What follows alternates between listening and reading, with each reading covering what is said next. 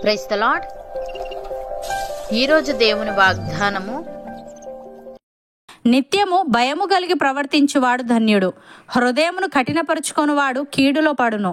సామెతల గ్రంథము 28వ అధ్యాయము 14వ వచనము. సహోదరి సహోదరులారా, ధన్యులు అని తర్జుమా చేయబడిన హీబ్రూ పదానికి ఆనందంగా ఉండేవారు లేక అదృష్టవంతులు అని అర్థం. నిజమైన ధన్యతకు దేవుని యందు భయభక్తులకు మధ్య సంబంధం ఉంది. దేవుడంటే భయం ఉన్నవారు పాపం చేసి ఆయనకు కోపం తెప్పిస్తామేమోనని చాలా జాగ్రత్తగా ఉంటారు. అయితే హృదయాన్ని కఠినపరుచుకునేవారు దేవుని నుండి వచ్చే హెచ్చరికలను, ఆజ్ఞలను విస్మరించి తమను తాము కీడులో పడవేసుకుంటారు. ఇలాంటి వారు దేవుని తీర్పుకు లోనై దేవుని నుండి శాశ్వతంగా వేరు చేయబడతారు. భక్తుడు ఈ విధంగా అంటున్నాడు: దేవుడు ప్రతి వానికి వాని వాని క్రియల చొప్పున ప్రతిఫలం ఇచ్చును. సత్క్రియను ఓపికగా చేయిచు, మహిమను, ఘనతను, అక్షయతను వెతుకువారికి నిత్య జీవమునిచ్చును. అయితే భేదములు పుట్టించి సత్యమునకు లోబడక దుర్నీతికి లోబడు వారి మీదికి దేవుని ఉగ్రతయు రౌద్రమును వచ్చును అని.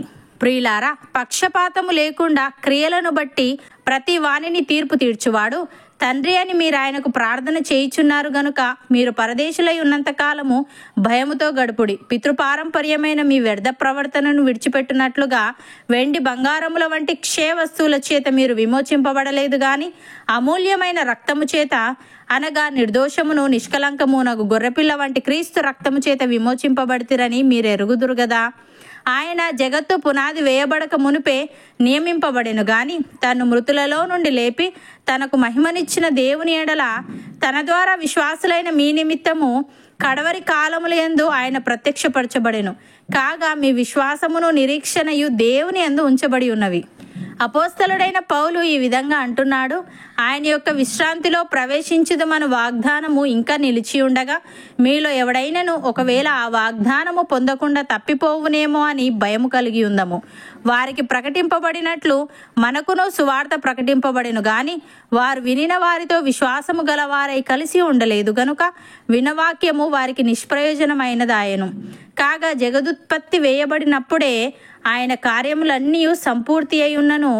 ఈ విశ్రాంతిని గూర్చి నేను కోపముతో ప్రమాణము చేసినట్టు వారు నా విశ్రాంతిలో ప్రవేశింపరు అని ఆయన చెప్పిన మాట అనుసరించి విశ్వాసులమైన మనము ఆ విశ్రాంతిలో ప్రవేశించుచున్నాము. మరియు దేవుడు 7వ దినమందు తన కార్యములన్నిటినీ ముగించి విశ్రమించెను అని 7వ దినమును గూర్చి ఆయన ఒక చోట చెప్పి ఉన్నాడు. ఇదియుగాక ఈ చోటుననే వారు నా విశ్రాంతిలో ప్రవేశింపరు అని చెప్పి ఉన్నాడు.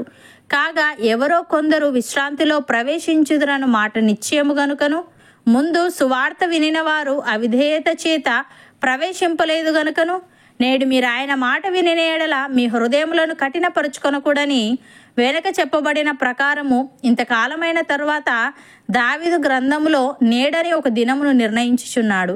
యెహోషువ వారికి విశ్రాంతి కలుగజేసిన ఎడల ఆ తరువాత మరి ఒక దినమును గూర్చి ఆయన చెప్పకపోవును. కాబట్టి దేవుని ప్రజలకు విశ్రాంతి నిలిచి ఉన్నది అని. సహోదరి సహోదరులారా, నేడు మీరు ఆయన శబ్దమును వినిన ఎడల అరణ్యంలో శోధన దినమందు కోపము పుట్టించినప్పటి వలె మీ హృదయములను కఠినపరుచుకొనకుడి.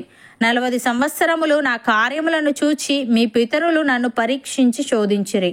కావున నేను ఆ తరము వారి వలన విసిగి వీరెల్లప్పుడూ తమ హృదయాలోచనలలో తప్పిపోవుచున్నారు, నా మార్గములను తెలుసుకొనలేదు గనుక నేను కోపముతో ప్రమాణము చేసినట్టు వారు నా విశ్రాంతిలో ప్రవేశింపరని చెప్పి తిని.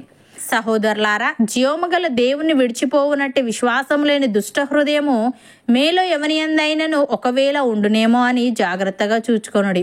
నేడు మీరు ఆయన శబ్దమును వినిన ఎడల కోపము పుట్టించినప్పటి వలె మీ హృదయములను కఠినపరుచుకొనకూడని ఆయన చెప్పెను గనుక పాపము వలన కలుగు భ్రమచేత మీలో ఎవడునూ కఠినపరచబడకుండానట్లు నేడు అనబడు సమయముండగానే ప్రతి దినమును ఒకనికొకడు బుద్ధి చెప్పుకొనుడి.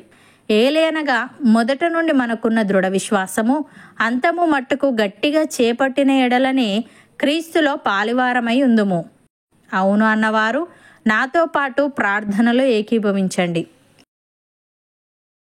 పరిశుద్ధుడా, ప్రేమగల తండ్రి, నిత్యము భయము కలిగి ప్రవర్తించువాడు ధన్యుడని, హృదయమును కఠినపరుచుకొనువాడు కీడులో పడునని నీవు తెలియజేశావు. తను నీకు స్తుతులు.